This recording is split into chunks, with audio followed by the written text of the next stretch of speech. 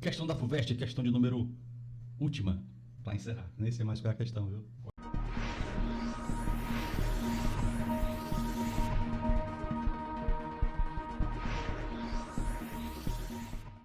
Show de bola, então, né? Depois que a gente já estudou leis de Kepler, estudamos um pouco sobre gravitação universal, e aí a gente fez a prova da UBA, e agora a gente vai voltar um pouquinho para a cinemática, e a gente está formalizando a ideia de aceleração, tá certo? Só tirar aqui um áudiozinho, não tá legal? Pronto. Aí o que acontece? A gente vai chegar por aqui, vamos fazer essa primeira questão como revisão, vamos discutir um pouquinho e a gente prossegue a revisão de hoje, tá? A tabela dá os valores da velocidade escalar instantânea de um móvel. Professor, é porque o senhor está falando direto em velocidade escalar. Essa velocidade escalar, pessoal, principalmente aqui nesse começo de física que a gente está trabalhando, tá?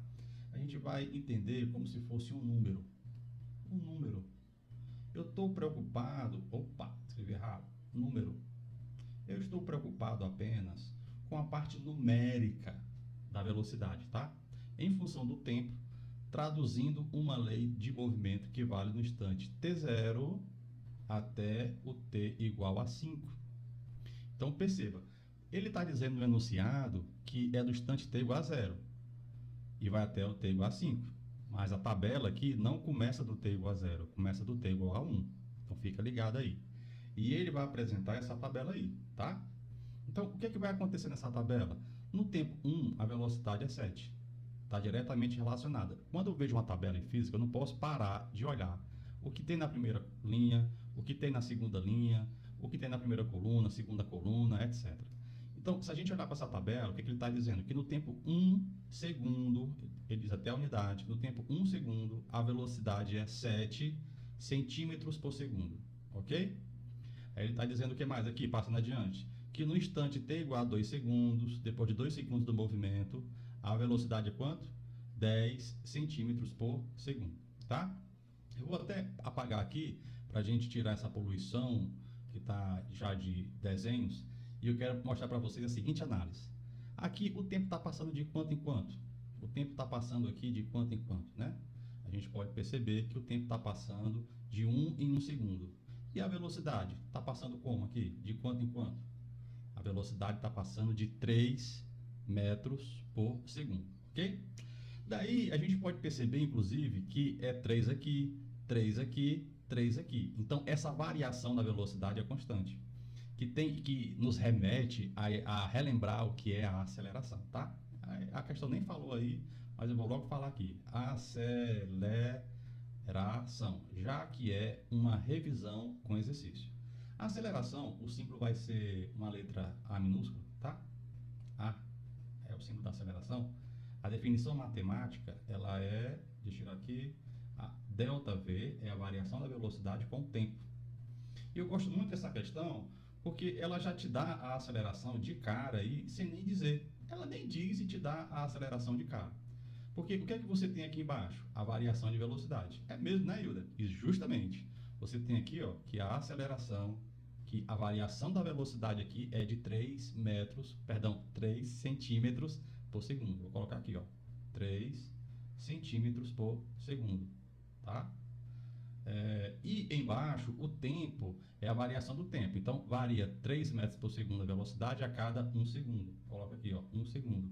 Que dá justamente a aceleração. Opa, cortou aí, não foi? Acabei de ver que cortou, desculpa. Então, essa aceleração aí dá justamente 3 metros por segundo ao quadrado, né? Colocando aqui apertadinho, 3, colocar a unidade aqui, ó, metros por segundo ao quadrado. Espero que dê para ver aí. Acho que deu. E aí, o que vai acontecer aqui, galera? A respeito desse movimento, podemos dizer que... E aí vai começar a especulação, tá? Vamos dar uma olhadinha aqui. Deixar a tabela e as alternativas para a gente começar a analisar. A respeito desse movimento, podemos dizer que ele é uniforme. O movimento uniforme, eu vou dizer para você o que é um movimento uniforme. Um movimento uniforme é aquele movimento que a velocidade é constante. A velocidade não muda. E que se a velocidade não muda, a aceleração é zero. A aceleração é zero? Não. A gente acabou de ver que a aceleração é 3 metros por segundo ao quadrado. Perdão, centímetros por segundo ao quadrado. Então, o item A, você está fora. Eu gosto de fazer essas marcações na prova. Eu gosto de fazer isso porque eu sei que, se porventura eu não achar essa alternativa, E se eu deixar para colocar no gabarito no final, eu sei que jamais eu vou poder marcar o item A. O item A eu já estudei, sei que está errado. Item B de bola. O movimento é uniformemente variado com velocidade inicial nula. Velocidade inicial nula. O que é a velocidade inicial? A velocidade inicial, pessoal, ela é a velocidade no instante t igual a zero. A velocidade aqui, vou deixar aqui o espaço, ela é a velocidade para o instante t igual a zero. Quando a gente procura na tabela o t igual a zero, a gente não acha. A gente acha t igual a 1. E o t igual a zero aqui? Vamos fazer aqui. Caramba, se aqui está aumentando de 3 em 3, se eu voltar 1 segundo, diminui 3, né? Então a velocidade aqui deve ser 4, tá? Para aumentar mais 3 e ir para 7, ó. Com mais 3 vai ser 7. Então a velocidade inicial, vou colocar aqui, é 4 centímetros por segundo, ok? Então vamos ler aqui, ó. B novamente. É uniformemente variado com velocidade inicial nula. É nula, pessoal? E eu não sei o que é essa palavra nula, não. Quando aparece no enunciado velocidade nula, aceleração nula, isso aqui quer dizer que a velocidade inicial é zero. Nula significa zero. Então, essa alternativa, ela está errada, porque ele está dizendo que a velocidade inicial aí é zero. Então, aqui é falso. Item B também, não vou marcar o item B. Item C de casa. É uniformemente acelerado com velocidade inicial diferente de zero. Show de bola, eu já sei que é correto. Ele é uniformemente acelerado, tá? Tem aceleração, né? Tem variação da sua velocidade. E a velocidade inicial, que é o V0, é diferente de zero. A gente viu, ó, a velocidade inicial aqui, ó, é 4, ok? D de dado. Sua aceleração escalar é variável. A aceleração é variável? É não, fera. A aceleração é sempre 3, ó. A variação da velocidade com o tempo é 3 metros por segundo. Eu coloquei até aqui metro, né? Mas é centímetros. Essa questão aqui, ela insiste em me confundir, tá bom? É centímetros por segundo. Até aqui eu coloquei centímetros, na verdade, ó. Eu coloquei metro e é centímetro. Vou deixar ele só gravando para vocês verem como a gente se confunde, tá? Normal. Mas não finalizei a questão, então tá valendo. Então, o que é a questão? Sua aceleração escalar é variável? Não é, é sempre 3. A variação da velocidade com o tempo é constante, é 3. Então, o item D está errado porque não é variável. É o quê? A aceleração é constante. Isso aqui que é o correto. Nada se pode concluir. Falso. A gente pode concluir muita coisa. Então, gabarito fica o item C de casa. Confirma, marca e vai para o abraço. Próxima questão. Significa, pessoal, que é a parte numérica da aceleração. Constante de 5 metros por segundo ao quadrado. Ainda bem que a gente fez a questão 1, porque na questão 1 a gente percebe que se eu tenho uma aceleração que é de 5 metros por segundo ao quadrado, significa que a variação de velocidade é de 5 metros por segundo a cada variação de tempo de 1 segundo. Isso aqui, dividindo um pelo outro, né? A gente sabe que a aceleração é a razão entre a variação de velocidade e a variação do tempo, essa razão, essa proporção aí, nessa taxa de variação da velocidade. E aí, o que é que isso significa? Se eu sei isso, pessoal, vou para o abraço. Item A, que a cada segundo o móvel se desloca 5 metros. A aceleração não tem nada a ver com o deslocamento, está fora.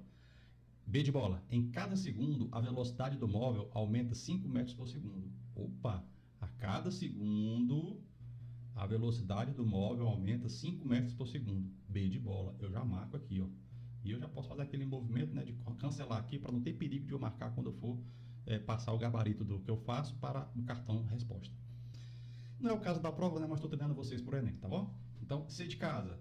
Em cada segundo, a aceleração do móvel aumenta de 5 metros por segundo. Cara, ele mesmo está dizendo no enunciado aqui que a aceleração é constante.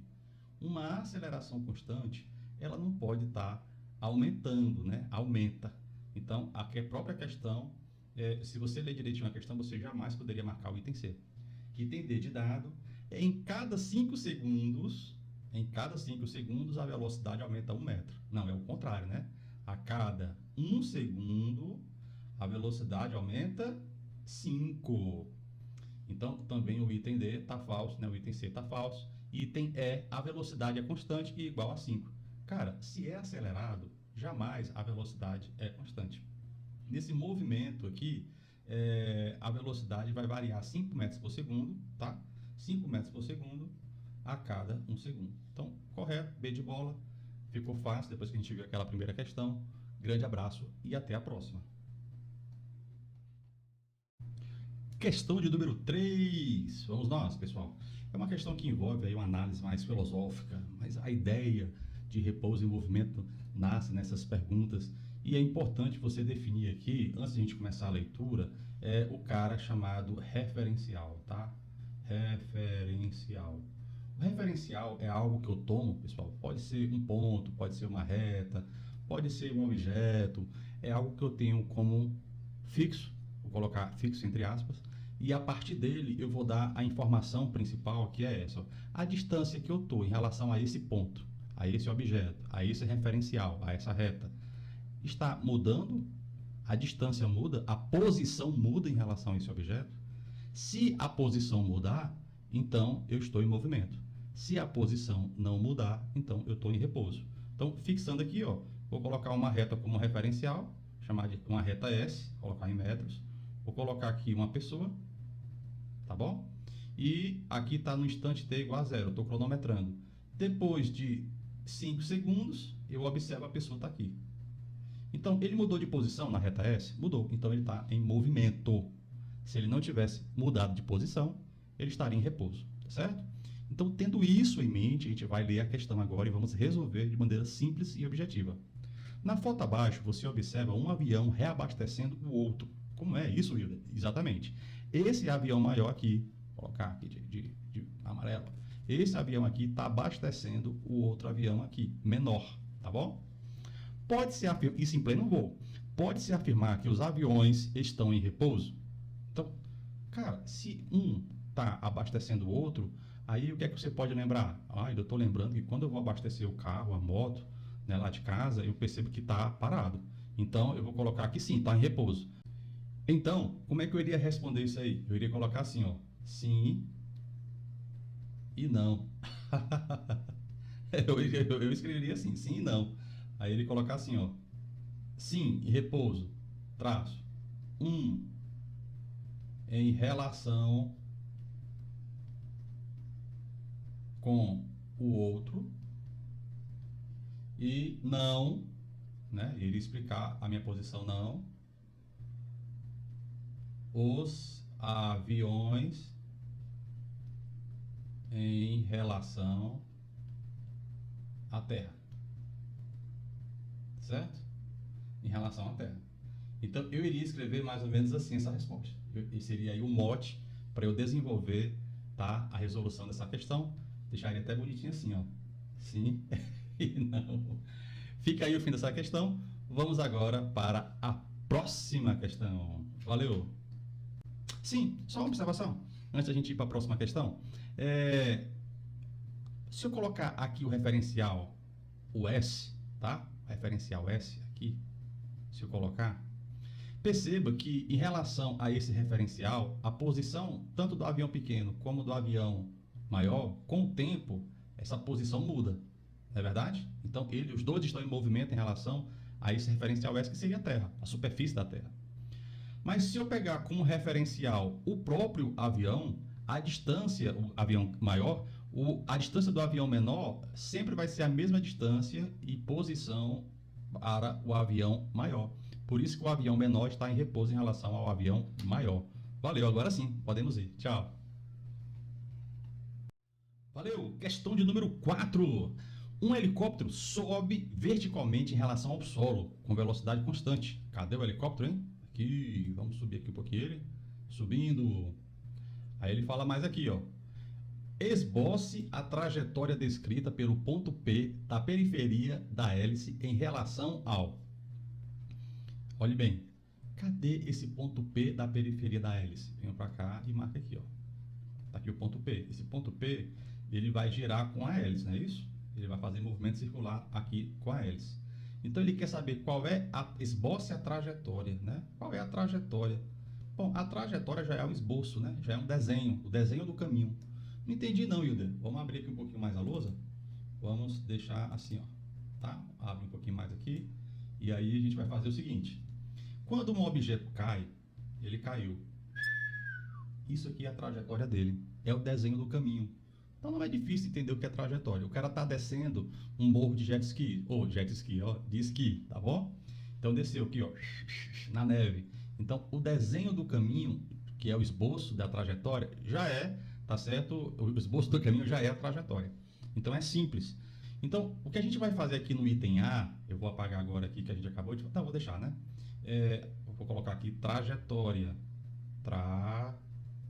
Trajetória, ok? O que eu vou fazer aqui no item A é justamente desenhar a trajetória desse ponto P em relação ao piloto do helicóptero, tá bom? Esse piloto do helicóptero, você tem que acreditar em mim, ele vai subir junto com o helicóptero, não é não? O piloto está dentro do helicóptero. Se o piloto subiu com o helicóptero, então o helicóptero também subiu, a hélice também subiu. Então, a trajetória que o piloto da hélice, ao olhar para o ponto P, vai ver ele fazendo um círculo, tá? O item A é fácil. Agora, o item B, eu preciso de um pouco mais da sua imaginação, tá bom? Um observador parado no solo. Então, vamos fazer esse solo aqui, tá? Vamos fazer esse solo. Eu vou desenhar aqui o solo, isso tá para não passar pela minha cabeça, ok? Desenhei o solo e vou desenhar aqui um observador, tá certo? Esse observador vai olhar para esse ponto P e esse ponto P vai fazer uma trajetória. Só que ele não vai ficar parado, na verdade? Ele vai ficar parado? Não, ele vai se movimentar.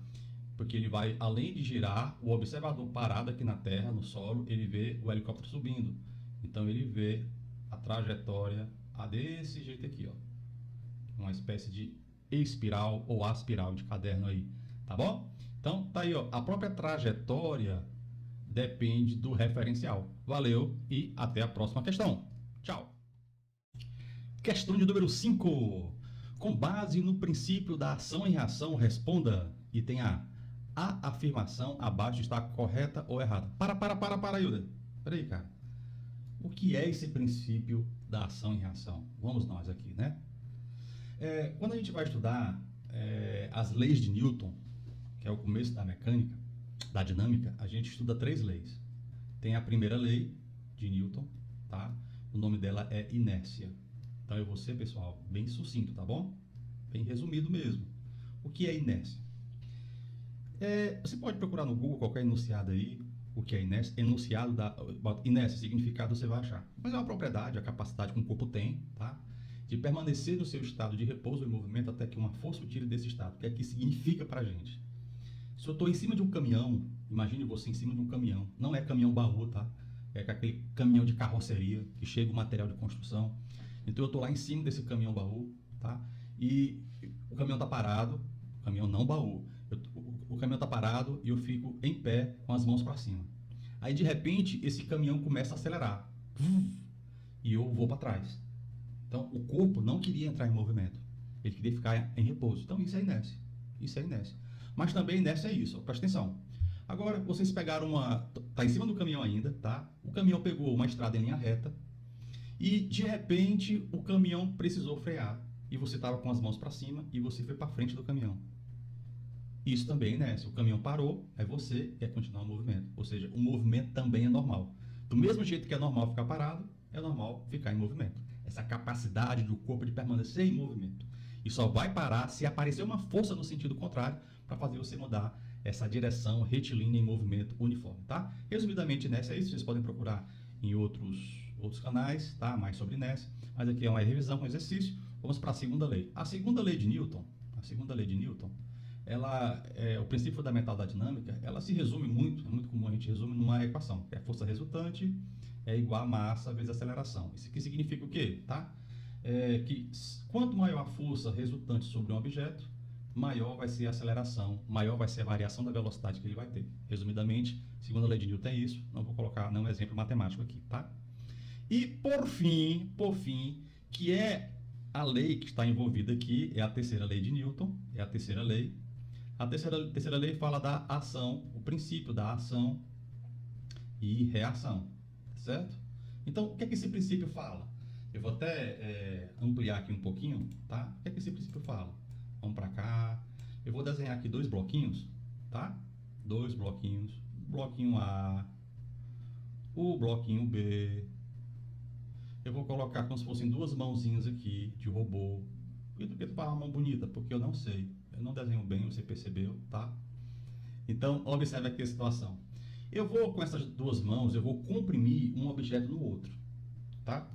E aí o que, é que vai acontecer? Eu vou analisar as forças que estão atuando. Eu vou perceber que aqui o bloco A vai fazer uma força no bloco B. Posso chamar isso de ação, uma força de ação. E o bloco B vai reagir. Ele vai colocar uma força no bloco A. A força que B faz em A. Tá ok? E a terceira lei de Newton, ela vai tratar dessas leis e ele vai detalhar essas leis. Bom, primeira observação. Ação e reação sempre vão ocorrer, tá? Então, qual a característica delas? Não tem exceção, não tem exceção.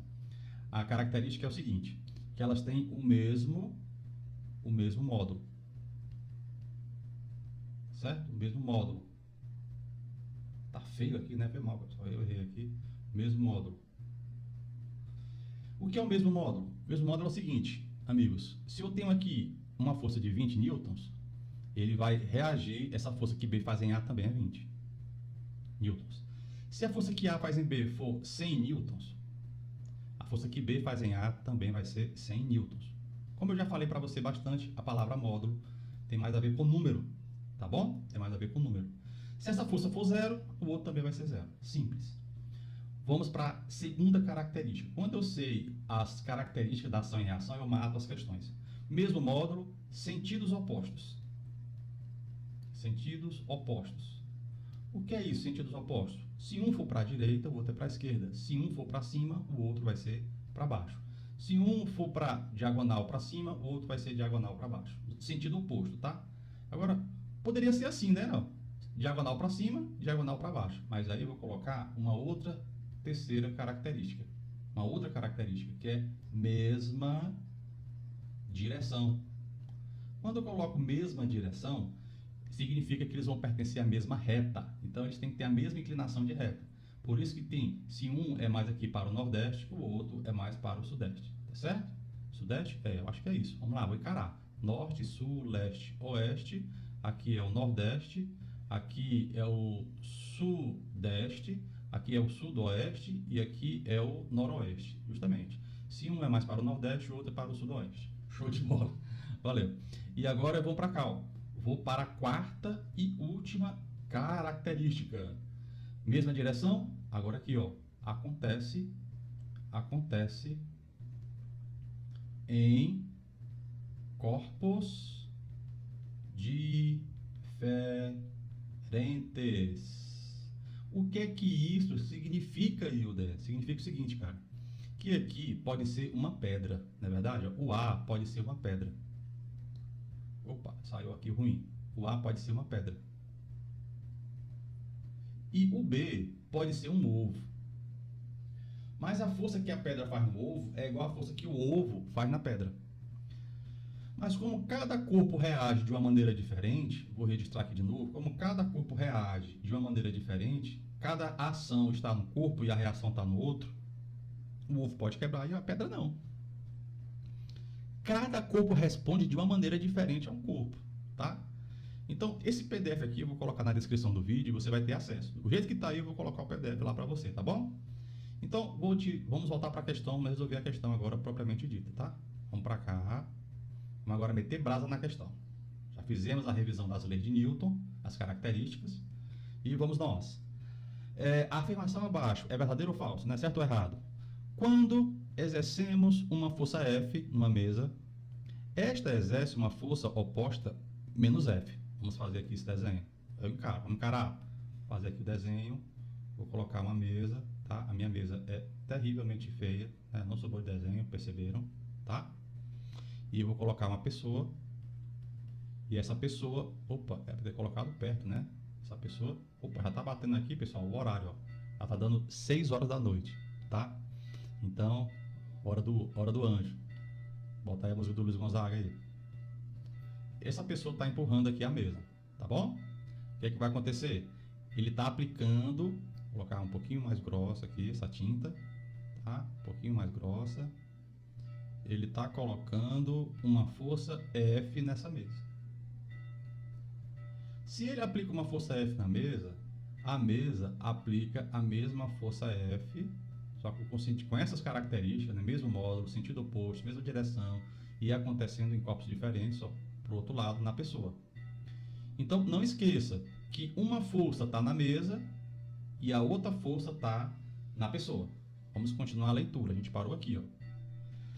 Menos F. Coloca uma força oposta menos F, que anula a força F, tá? De modo que a força resultante sobre a mesa é nula. E ela, portanto, não se move. Então, o que é que ele está dizendo aí, pessoal? É um erro que muitas pessoas cometem e que a questão quer que você cometa. Desculpa, eu estou confundindo aí por causa desse sino batendo, mas não estou culpando você não, né? Porque eu meio que sou fraco de concentração. Então, vamos nós aqui, ó. Quando eu estou aqui aplicando uma força na mesa, a mesa aplica uma força na pessoa. E aí o que é que vai acontecer, pessoal? Como acontece em corpos diferentes, a mesa talvez não tenha atrito suficiente, né? Vou colocar aqui essa palavra mágica, atrito, tá? A pessoa pode ter mais atrito do que a mesa e empurrar a mesa, conseguir empurrar a mesa. E a mesa tem menos atrito do que a pessoa, mais atrito a pessoa, e a pessoa deslizar para trás. Você já sentou? Você já esteve, por exemplo, num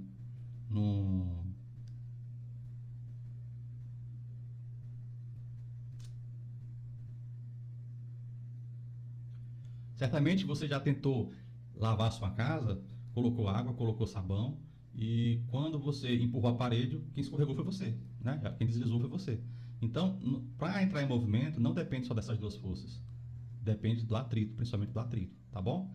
E ele está falando aqui como se você nunca consiga colocar em movimento uma mesa. Ele está dizendo que a ação anula a reação. Ele está dizendo que essa força aqui é anulada por essa, ó. Uma força é anulada pela outra. Isso aqui é um erro que as pessoas tendem a cometer em provas que pode custar muito caro. Então, ação e reação não se anulam, tá? Elas são sempre iguais, mas como elas acontecem em corpos diferentes, não dá para ter essa anulação de forças, tá ok?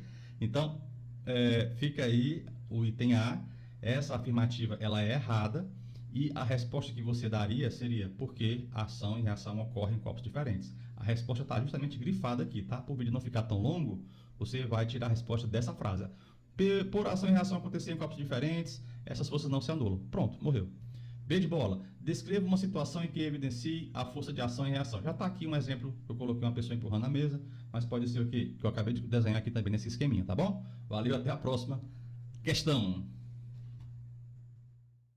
Questão da FUVEST, questão de número última, para encerrar. Nem sei mais qual é a questão, viu? Qual é a sequência. Uma força de 1 Newton tem a ordem de grandeza do peso de... Interessante, para você ter uma noção do que é 1 Newton, tá? Deixa eu adiantar para vocês aqui uma coisa. Existe a força peso, tá? Que é uma força gravitacional local. Ela é a massa vezes a gravidade. A massa de 1 kg, deixa eu colocar aqui, 1 kg de arroz, de feijão, qualquer 1 kg.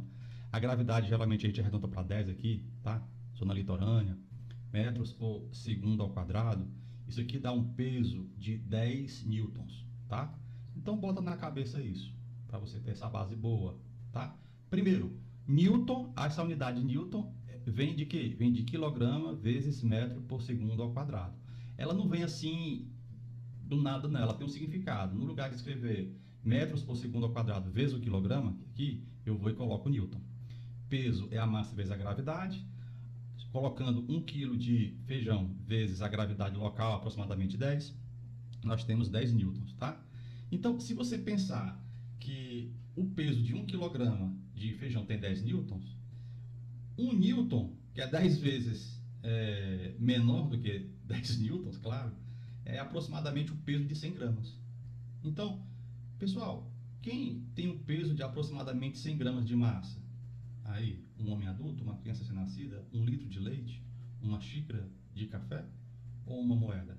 Eu fico com a xícara de café. Valeu, um abraço e até a próxima. Boa prova, hein? Fique com Deus.